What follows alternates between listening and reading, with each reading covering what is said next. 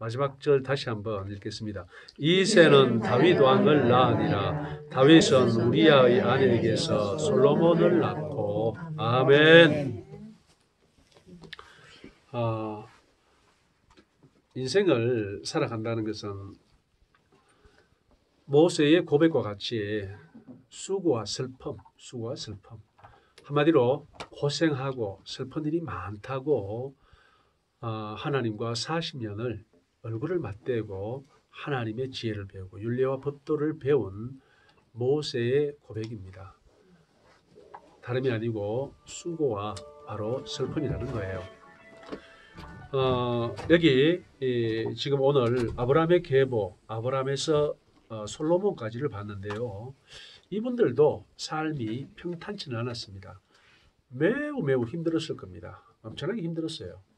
왜냐하면 그 인생의 본질이라는 것은 어디에 바뀌는 게 아니거든요. 우리가 옷을 다르게 입고 또 생활하는 환경이 조금 다를지 몰라도 그 본질만은 같습니다. 그런데 오늘 이 계보를 쭉 읽다 보면요, 이 5절 한번 보십시오.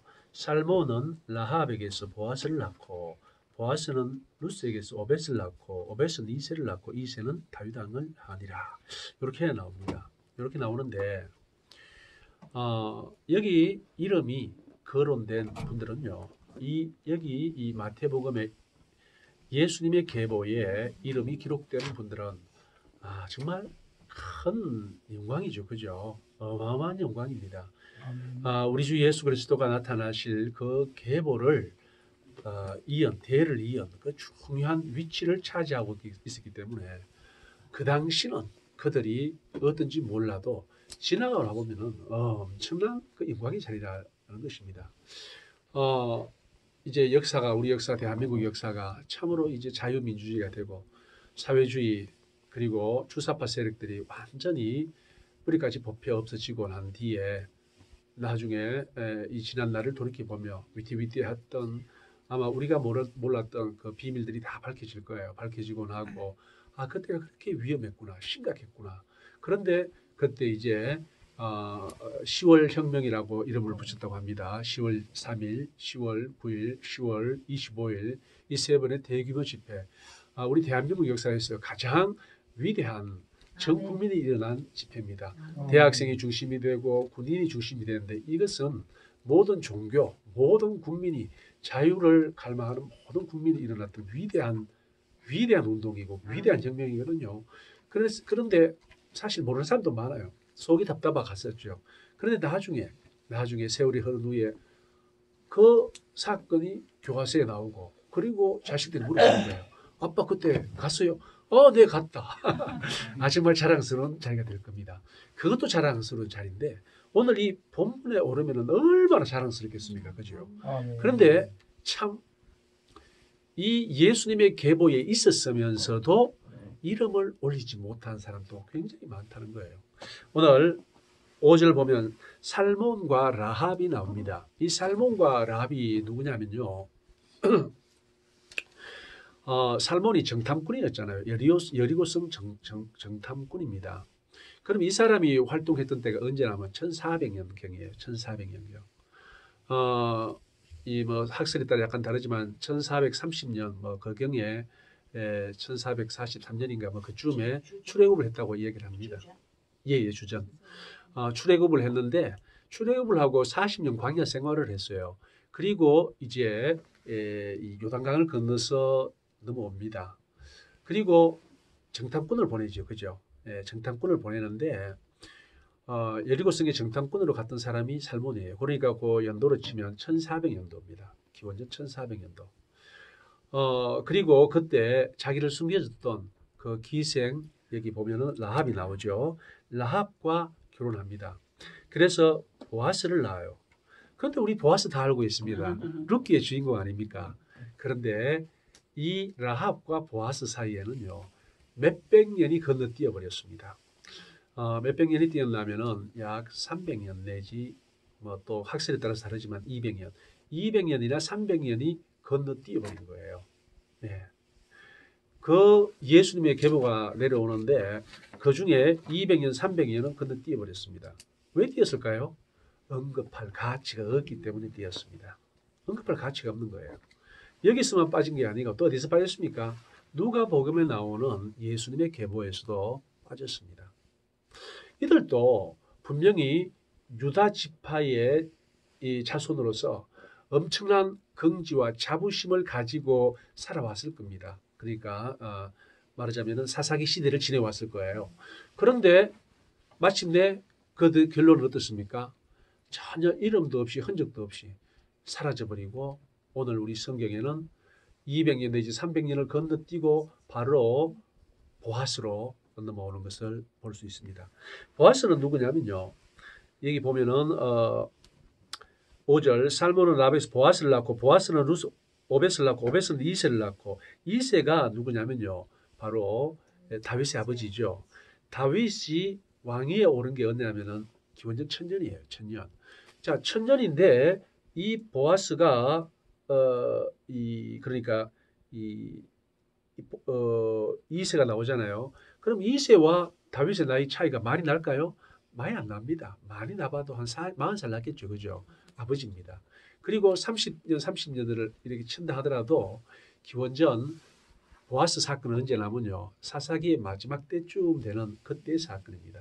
그러니까 출애굽해가지고 광야 생활을 끝내고 그때와 사사기의 마지막 시대, 그 시대가 바로 연결되어 버린다는 거예요.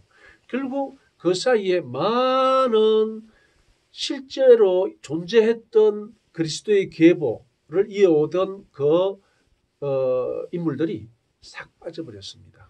한마디로 언급할 가치가 없다는 거예요.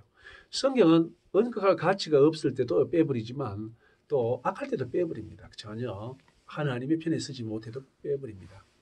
오늘날 이 대한민국에 예수 믿는다는 사람 정말 많습니다. 정강훈 목사님 만날 그러대요. 1200만 명. 1200만 명. 그거는 뭐냐면은 인구 센서스에서 그래 나왔습니다. 실제로 각 교회별로 이 자기 교회 교인 수를 올립니다. 올리면은 위에서 통계했을 때는 그래 안 나와요. 1000만 안 됩니다.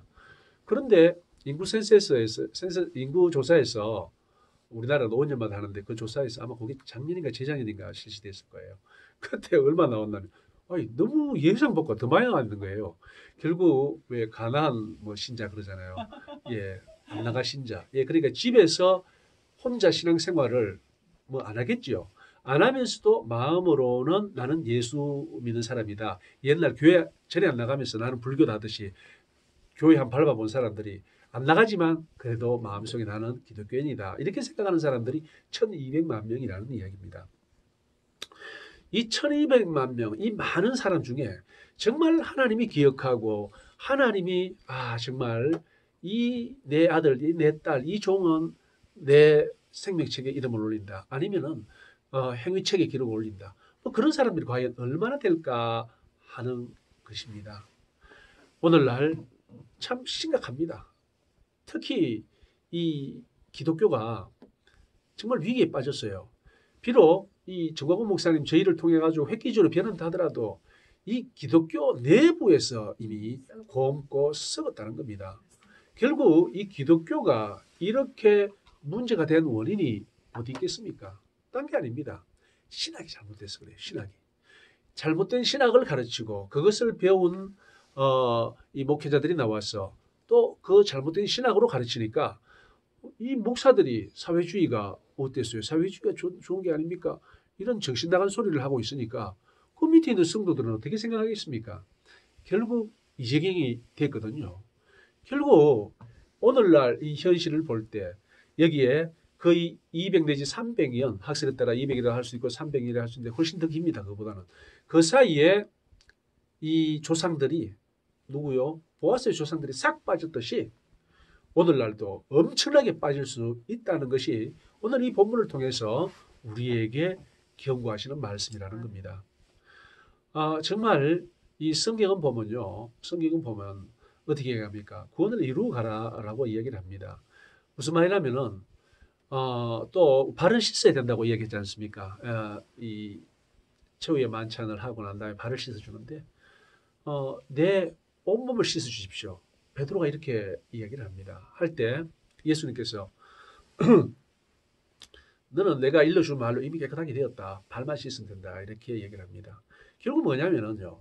발은 우리가 평생을 씻어야 됩니다. 그걸 누가 시켜줍니까? 주님이 시켜주잖아요. 그게 말하자면 상징입니다.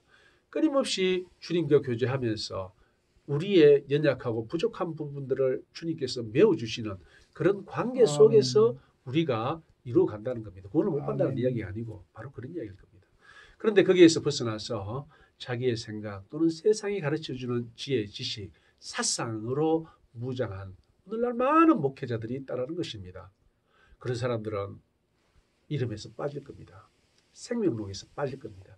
회개하고 돌아오지 않는다면 생명록에서 빠질 거예요. 아마 저도 서명해 보신 분들은 또 느끼겠지만 특히 교회 가서 서명하다 보면은요 상처를 입습니다. 아이고 우리 아군이겠거니 하고 갔는데 아군이 아니고 적군이라는 것을 뭐 다 적군은 아닙니다. 일부 적군이 있다는 것을 알 때는 더 상처를 입는 경우가 있습니다. 그런 사람들도 저는 회개하고 돌아오지 않는다면 계속해서 잘못된 사회주의 사상을 고집한다면은 하나님의 생명책에서 그 이름이 기록되지 못할 거라고 저는 확신을 합니다. 하지만 정말 마음에 불이 타올라서 하나님께서 정말 끊임없이 성령으로 우리의 심령을 감아주시고 그래서 오늘 이 기도의 자리에 나오게 하시고 이뿐만 아니라 하나님이 기뻐하시는 자리는 어디든지 청와대 앞이든지 이스만 광장이든지 정말 이 불타는 가슴으로 달려가는 사람 그 사람은 자기 생각이 아닌 것입니다. 바로 하나님께서 그 마음에 감아 주셨기 때문에 그렇게 나간다는 거예요. 이사야의 고백이 있습니다. 내가 부르짖지 않으면은 내가 견딜 수 없어. 부르짖는다고 했습니다. 바로 그러한 심정으로 나가는 그 사람이 누굽니까? 하나님이 기뻐하는 분들이고요. 하나님의 사람이라는 것입니다. 성경은 계속 그 이야기를 하고 있습니다. 그런데 얄팍하고 오히려 하나님을 대적하는 그러한 이념과 사상과 지식체계로 무장을 하고 교회를 대적하고 하나님의 사람을 대적하는 자들은 결코 회개하고 돌아오지 않는다면 그들은 하나님의 나라에서 차지할 분기선 없을 것입니다. 오늘 이 말씀을 통해서 예수님의 족보, 예수님의 직계 계보에서도 빠진 사람들이 있구나. 그렇다면은 우리 어떡하겠습니까? 말할 것도 없습니다. 오늘날 우리 크리스찬들은 더 말할 것도 없는 것이 당연한 겁니다. 우리는 더욱더 낮아지고 겸손한 마음으로 혹시 내가 게으르고 나태해진다면 나를 스스로 재촉하고 또 기도하며 더욱더 하나님 기뻐하는 자리에 쓰고 또 하나님께서 기뻐하시는 말씀을 전가하고 선포하여 참으로 언제 주님 다시 오실지라도 아멘 주 예수여 오시옵소서 반갑게 맞이할 수 있는 우리 사랑하는 하나님의 자녀 백성 다 되시기를 예수님의 이름으로 축원드립니다. 아멘. 할렐루야. 아버지 하나님 감사합니다. 전능하신 아버지 하나님을 찬양합니다. 아버지 하나님 무엇보다도 감사하고 감사옵나이다. 이 마지막 때에 저희들에게 세상을 바라볼 수 있는 또 이 시대를 바라볼 수 있는 또 하나님의 심령을 느낄 수 있는 그 모든 은혜를 허락하심에 감사드립니다. 아버지 하나님 더욱더 순종하게 하여 주시옵소서. 저희들 마음속을 두드리는 주님의 음성, 주님의 감동 감화에 더욱더 순종할 뿐만 아니라 진리의 말씀인 성경 말씀에 순종하여 참으로 하나님 기뻐 받으시는 저희 모두가 되고 저희 모두의 삶이 될 수 있도록 은혜 베풀어 주시옵소서. 감사드리옵고 이 모든 말씀 거룩하신 우리 주 예수 그리스도 이름 받들어 기도드리옵나이다. 아멘.